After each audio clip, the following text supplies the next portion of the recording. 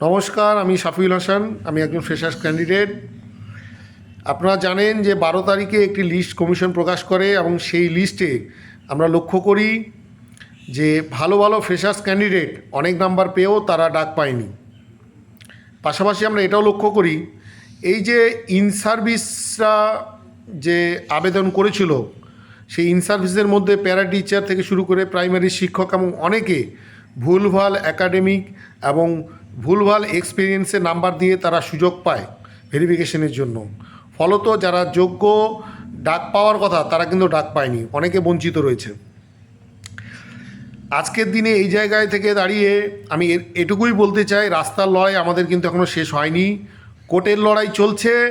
মহামান্য কলকাতা হাইকোর্ট যে রায় দিবে অবশ্যই আমরা সেটাকে সাধুবাদ এবং স্বাগত জানাবো, কিন্তু আমাদের যে রাস্তার লড়াই সেই রাস্তার লড়াই আমাদের চলবে।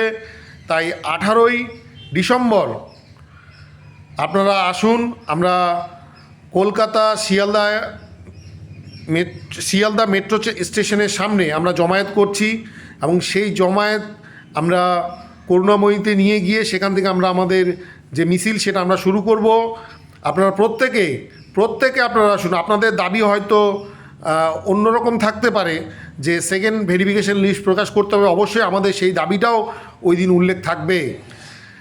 এছাড়াও যারা পাস করেছে হয়তো তারা মনে করছেন যে আমরা হয়তো ভেরিফিকেশনে ডাক পাবো, ভাইভাই আমাদের ভালো হবে এবং আমরা চাকরিটা পাবো। আমি এতটুকুই বলতে পারি, এই অভিজ্ঞতায় এটুকুই বলছি যে সেই ভাইভাই ডাক পাওয়াই শুধু থাকবে, চাকরিটা আর হবে না। কেন রাজ্য সরকারের সদিচ্ছা নেই চাকরি দেওয়ার। যদি থাকতো তাহলে এই 10 নম্বরের অভিজ্ঞতার যে নাম্বার তারা আগে দিয়ে যে খেলাটা খেলছে সেই খেলাটা খেলতো না। তাদের সদিচ্ছা নেই। তাই আপনারা আসুন, 18 তারিখে আমরা সর্বোচ্চ জমায়েত করে আমাদের যে কর্মসূচি আমরা সেটা পালন করি।